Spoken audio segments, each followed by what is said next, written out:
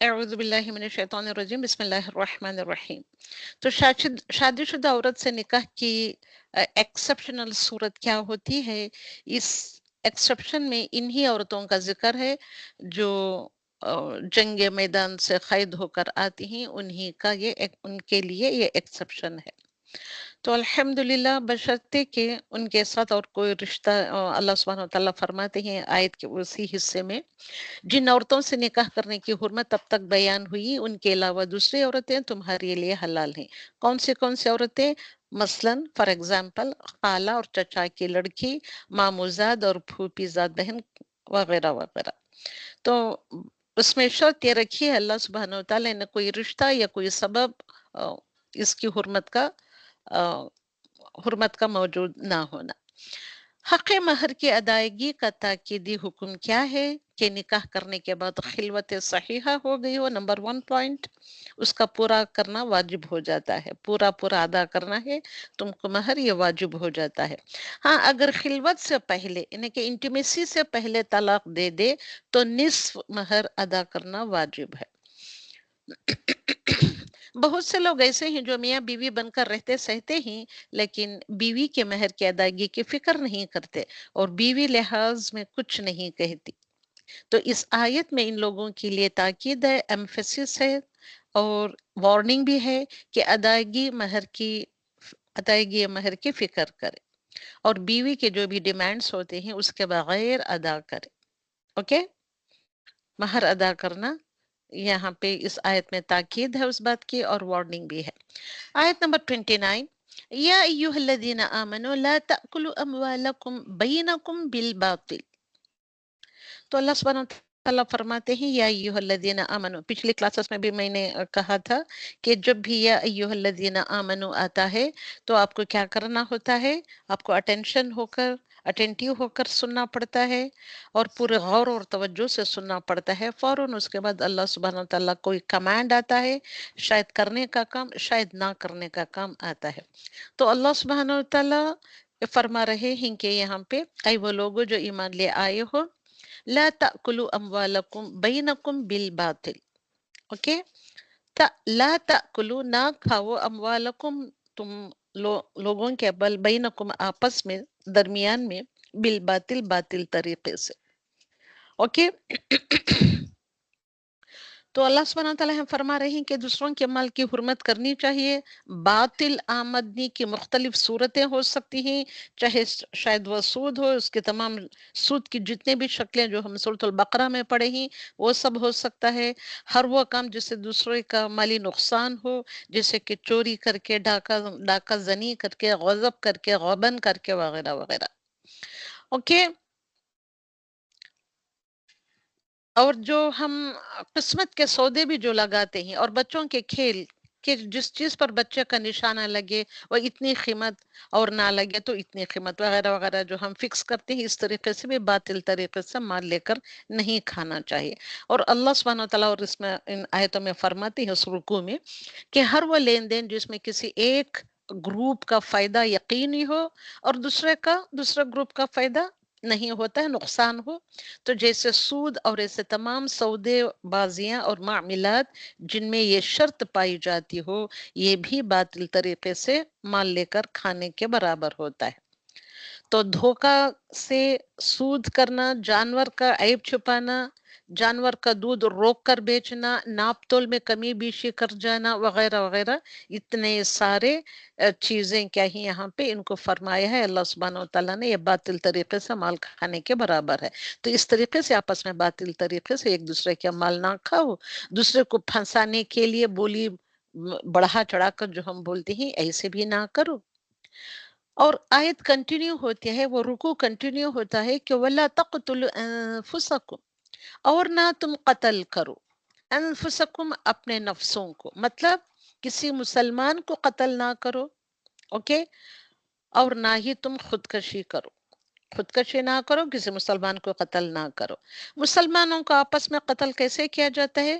حسد کی بنا سے، یعنی کہ مسلمان آپس میں جیسے کہ ایک جسم و جان کی طرح ہوتے ہیں، اس کی وجہ سے اور بھی کئی بے شمار طریقے ہوتے ہیں، چیزیں ہوتی ہیں جن کی وجہ سے مسلمان کو قتل کر دیا جاتا ہے، ایک انسان دوسرے انسان کو قتل کرتا ہے، اور اس میں خودکشی نہ کرنے کی بھی بات آ جاتی ہے، اوکے، کیونکہ خودکشی کبیرہ گناہ ہے۔ حسن بصری فرماتے ہیں رحم اللہ کہ تم سے پہلے لوگوں میں سے کسی کو ایک پھوڑا نکلا، جب اسے تکلیف زیادہ ہوئی تو اس نے اپنے ترکش سے ایک تیر نکالا، ایک تیر نکالتا ہے اور پھوڑے کو چیر دیا، پھر اس سے خون بند نہ ہوا یہاں تک کہ وہ مر گئے، تو اب یہ کس کے برابر ہے؟ یہ خودکشی کرنے کے برابر ہوا۔ تب اللہ سبحانہ وتعالیٰ نے فرمایا کہ میں نے اس پر جنت کو حرام کر دیا۔ یہ حدیث بیان کرنے کے بعد حسن نے اپنا ہاتھ مسجد کی طرف بڑھایا۔ حسن بصری جو ہیں رحم اللہ، ہیز اے تابعی، گریٹ گریٹ ویل فیمس تابعی ہیں یہ، تو انہوں نے کہا مسجد کی طرف ہاتھ بڑھا کر کہ اللہ کی قسم مجھ سے یہ حدیث جندب بن عبداللہ بجلی نے بیان کی رسول اکرم صلی اللہ علیہ وسلم کی اس مسجد میں، اتنی اتھینٹک حدیث ہے۔ آیت نمبر 31، ان تجتنبوا کبائر ما تنحون عنه نکفر عنکم سیئاتکم، نکفر عنکم سیئاتکم وندخلکم مدخلا کریما۔ اجتنبوا کبائر، کہ تم کیا کرو ہو؟ بچتے رہو، کس سے؟ اجتنبوا، بچتے رہو، کبائر، بڑے بڑے گناہوں سے، گناہ کبیرہ سے، ما تنہون عنہ نکفر، جس سے تم روکے جاتے ہو، جیسے کہ جتنی بھی بڑی بڑی باتیں بنائی ہیں، بڑے بڑے گناہ کبیرہ کی باتیں بتائی گئی ہیں، ان سے تم بچتے رہو، جن سے تم روکے گئے تم کو تو رک جانا چاہیے۔ اللہ سبحانہ وتعالی رسول صلی اللہ علیہ وسلم نے تم کو روکا ہے۔ انکم سیئاتکم، اور تمہاری چھوٹی موٹی برائیاں تم سے کیا کرتے ہیں؟ نکفر عنکم، ہم دور کر دیں گے، نکفر کرنا دور کر دینا، چھپا دینا، سیئاتکم تمہارے وہ سیئات برائیاں، اور برائیوں کو دور کر کے کیا کرے گا اللہ سبحانہ وتعالی؟ وندخلکم مدخلا کریما، اور تم کو داخل کرے گا مدخلا کریما، کریم جگہ پر، کریم داخل ہونے کے مقام پر، یعنی کہ تمہیں مقام عزت، یعنی کہ جنت میں داخل کریں گے۔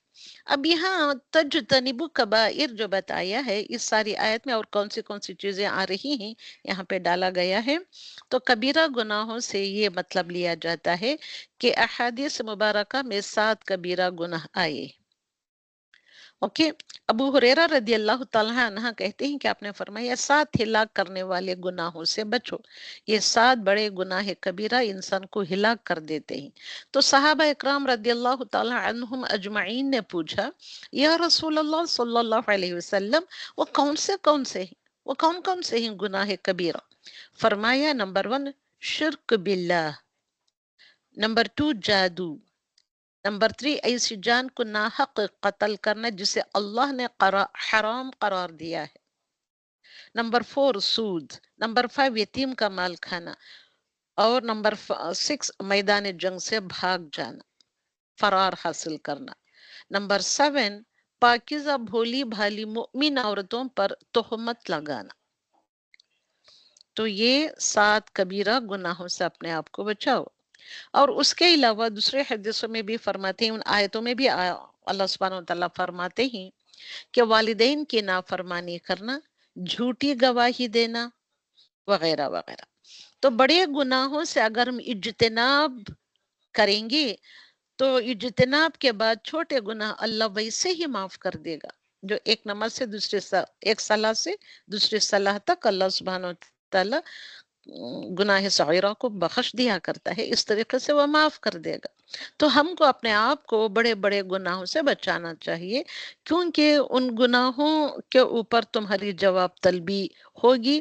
تو اگر آپ اپنے آپ کو بچائیں گے، تجتنبو کریں گے، اجتناب کریں گے، تو جواب طلبی نہیں کرے گا اللہ سبحانہ وتعالی، وہ الحمدللہ۔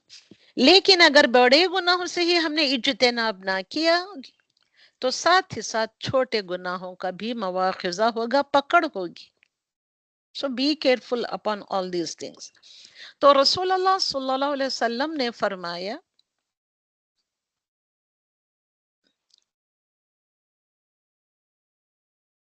اب پھر میں کچھ کروں تو یہ ہے پیچھے یہ آ رہا ہے خیر.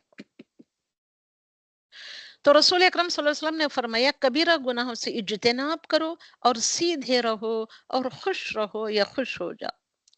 آیت نمبر 34 31 کے بعد 34 لے رہی ہوں میں. تو یہ آیت کو سبھی لوگ غور سے سنیں. الحمدللہ اس میں ہم عورتوں کے بارے میں بھی بہت زیادہ باتیں بتائی گئی ہیں. مطلب الرجال قوامون علی النساء. کئی عورتیں اس کو لینا پسند نہیں کرتے، سننا بھی پسند نہیں کرتے، اس لیے کہہ رہی ہوں. پھر بھی آپ سے گزارش ہے کہ غور سے سنیں. الرجال قوامون علی النساء. مرد عورتوں پر ذمہ دار ہیں. کس کی وجہ سے ذمہ دار ہیں؟ مرد عورتوں پر ذمہ دار ہیں. کیوں؟ کس وجہ سے؟ اس وجہ سے بیما because of what be here it is by سببیہ because of what فضل اللہ بعضهم على بعض. اس وجہ سے کہ اللہ سبحانہ وتعالی نے ان میں سے ایک کو دوسرے پر فضیلت دے رکھی ہے. آپ نے فضیلت نہیں دی ہے، آپ کو پسند نہیں ہے مردوں کو درجہ دے رکھنا، اپنے اوپر فضیلت دینا آپ کو پسند نہیں ہے، مگر اللہ سبحانہ وتعالی نے تو ایک فضیلت دے رکھی ہے، ایک درجہ ان کا بڑا رکھا ہے مردوں کا. وہ بیما because of what because of that or what نے کہ پھر اگین بائے سببیہ ہیر کہ با سببیہ سبب کی وجہ سے، مطلب اس وجہ سے کہ وہ اپنے مال خرچ کرتے ہیں. انفقوا من اموالہم اپنے مالوں میں سے تمہارے اوپر اپنے مال خرچ کرتے ہیں. فالصالحات قانتات حافظات للغیب بما حفظ اللہ. پس نیک فا اس ہیر پس سو انگلش میں سو یا دین، اردو میں پس یا نہیں تو پس فالصالحات نیک فرما بردار ہوتی ہیں عورتیں، انہیں کہ اپنی عزت اور شوہر کے مال کی وہ فرما بردار ہوتی ہیں. قانتات ہوتی ہیں، وہ نیک ہوتی ہیں، صالحات ہوتی ہیں، نیک ہوتی ہیں، قانتات ہوتی ہیں، فرما بردار ہوتی ہیں، حافظات ہوتی ہیں، غائبانہ حفاظت کرنے والی ہوتی ہیں، للغیب غائبانہ حفاظت کرنے والی ہیں. بما حفظ اللہ اس وجہ سے کہ پھر اگین با اور بما دیکھیے دونوں the combination of B and ما، اس وجہ سے کہ اللہ سبحانہ وتعالی نے ان کے حقوق کی حفاظت کی. واللاتی پھر اگین وہ عورتیں تخافون وہ عورتیں جن کی سرکشی سے تم ڈرتے ہو. یہاں خطاب مردوں سے ہے کہ جو عورتیں جن کی سرکشی سے وہ مردوں تم ڈرتے ہو تو فعظوہن تو تم ان کو نصیحت کرو. سو یا پس انہیں نصیحت کرو. کیا نصیحت کرو؟ پہلے پیار سے محبت سے سمجھاؤ عورتوں کو کہ دیکھو جو تم کر رہے ہو یہ غلط ہے، ایسے نہیں کرو. تو پیار سے محبت سے سمجھاؤ. اوکے، یعنی کہ کن عورتوں کو سمجھانا ہے؟ وہ عورتیں جو سرکشی کرتے ہیں، ٹرانسگریس کرتے ہیں، those who are crossing the limits of the حدود اللہ، the limits of اللہ سبحانہ وتعالی. اس کے بعد نصیحت کرو. فعظوہن نصیحت کرو. اگر وہ تمہاری نصیحت پیار بھری باتیں نہ مانے تو وہجرہن فی المضاجع اپنے بیڈ روم میں بستر مضاجع بستروں سے وہجرنا الگ کر دو، علیحدہ کر دو، سپریٹ کر لو، اپنے بستر سپریٹ کر لو. یہ پہلا یہ ہے عورتوں کو سمجھانے کا طریقہ. فعظوہن نصیحت کرنا ہے. نمبر 2 نصیحت سے پیار سے محبت سے نہ مانے، ڈانٹ ڈپٹ کر بھی نہ مانے تو ان کے بستروں کو الگ کر دو، مطلب ان کے بیڈ روم سے ان کو الگ کر دو، تمہارے بیڈ روم سے ان کو الگ کر دو. اس کے باوجود بھی عورتیں نہیں مانتی، کئی ساری عورتیں سرکش ہوتی ہیں، نہیں مانتی ہیں، تو کیا کرنا ہے؟ the third option is وَضْرِبُوهُنَّ. پھر بھی وہ نہ مانے تو انہیں وَضْرِبُوهُنَّ ان عورتوں کو مارو. کیسے مار؟ ہلکی سے مارو.